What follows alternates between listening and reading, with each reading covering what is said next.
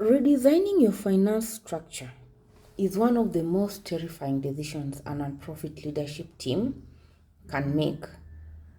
I have been in that team that had to make that decision twice. Because you see, no one says it loud, but what everyone is thinking is, what if we break something that's barely holding together? So I've worked in organization where finance needed a full redesign, but operations were fragile. Funding was sensitive and teams were stretched. And the fear was simple. If we touch this system, will it collapse? So today I want to walk you through how to design your finance structure or how to redesign your finance structure without disrupting programs, without scaring donors, and definitely without destabilizing your team. This is not theory. This is something that I've lived, and this is the leadership architecture that I speak about. So before you redesign anything, you must separate structure from personalities. So many organizations think their finance structure is their finance team. It's not, for your information. Your structure is your reporting lines, approval hierarchies, segregation of duties, systems and workflows, decision rights. Because people operate within the structure, but they are not the structure. So if you confuse the two, you'll redesign emotionally instead of strategically. And emotional restructuring causes instability. When I led restructuring conversations, or when I still lead them, I always ask, if everyone resigned tomorrow, if everyone in this team now resigned tomorrow, will this structure still make sense? If the answer is no, then you don't have a people problem.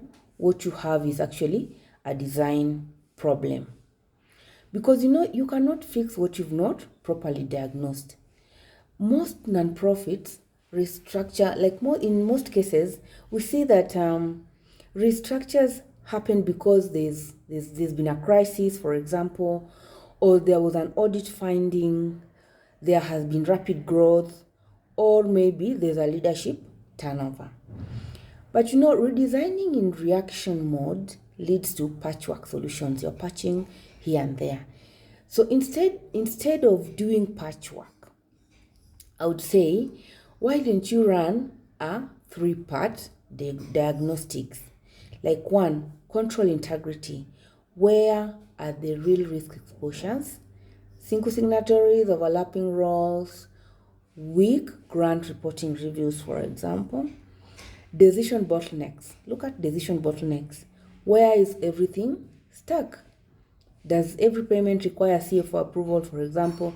Is budgeting centralized but implementation decentralized? And what does that mean in terms of reporting and budget management?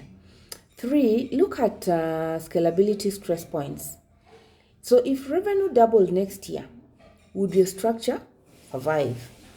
So if the answer is no, then you don't need more people.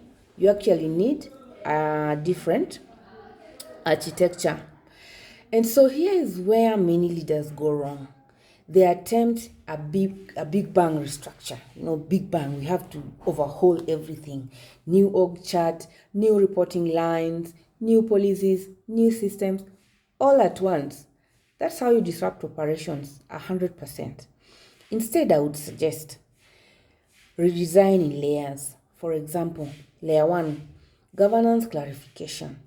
Before touching daily operations, please clarify delegation of authority, financial thresholds, board versus management roles. This alone often reduces chaos by 30%. The second layer is decision rights realignment.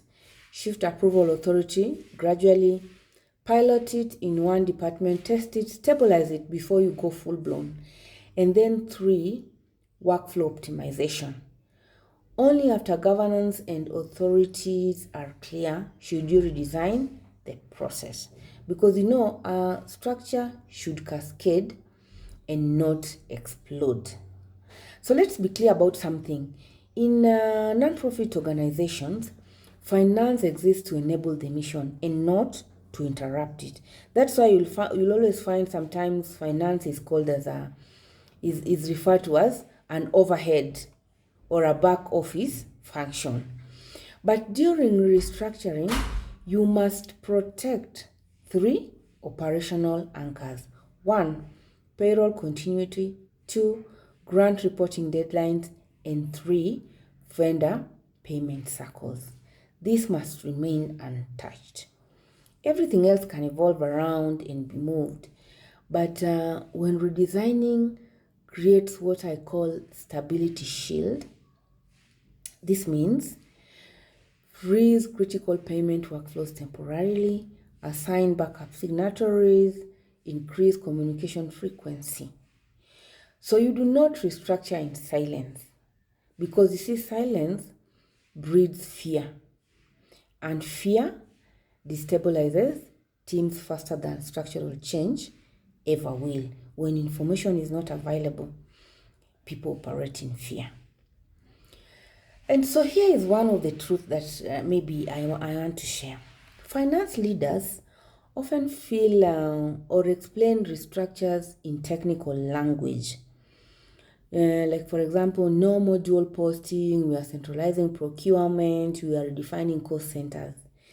Your program leaders don't really care about that.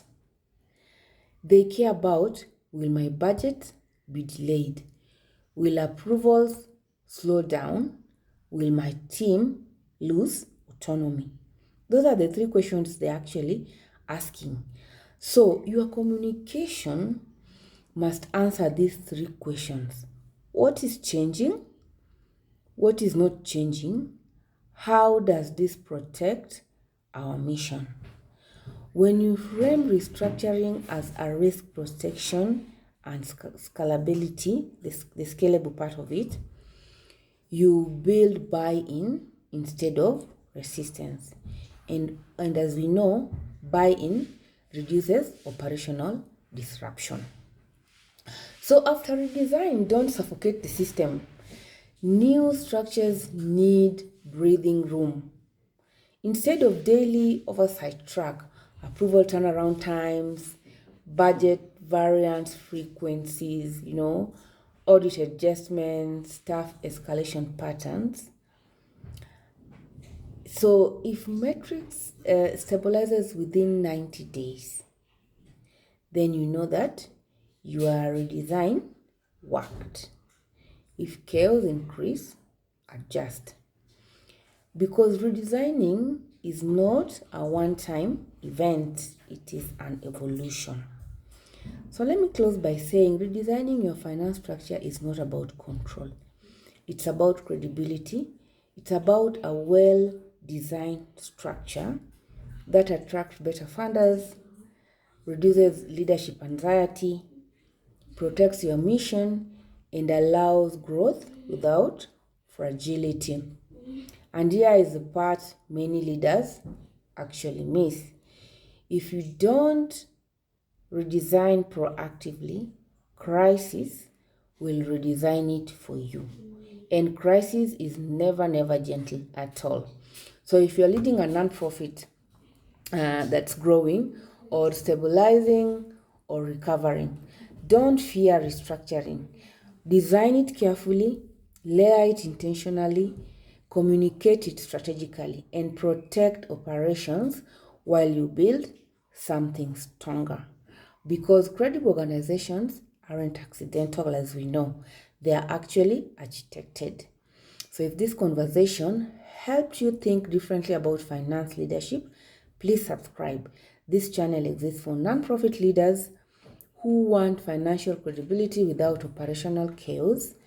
And thank you for watching. I will see you in the next one.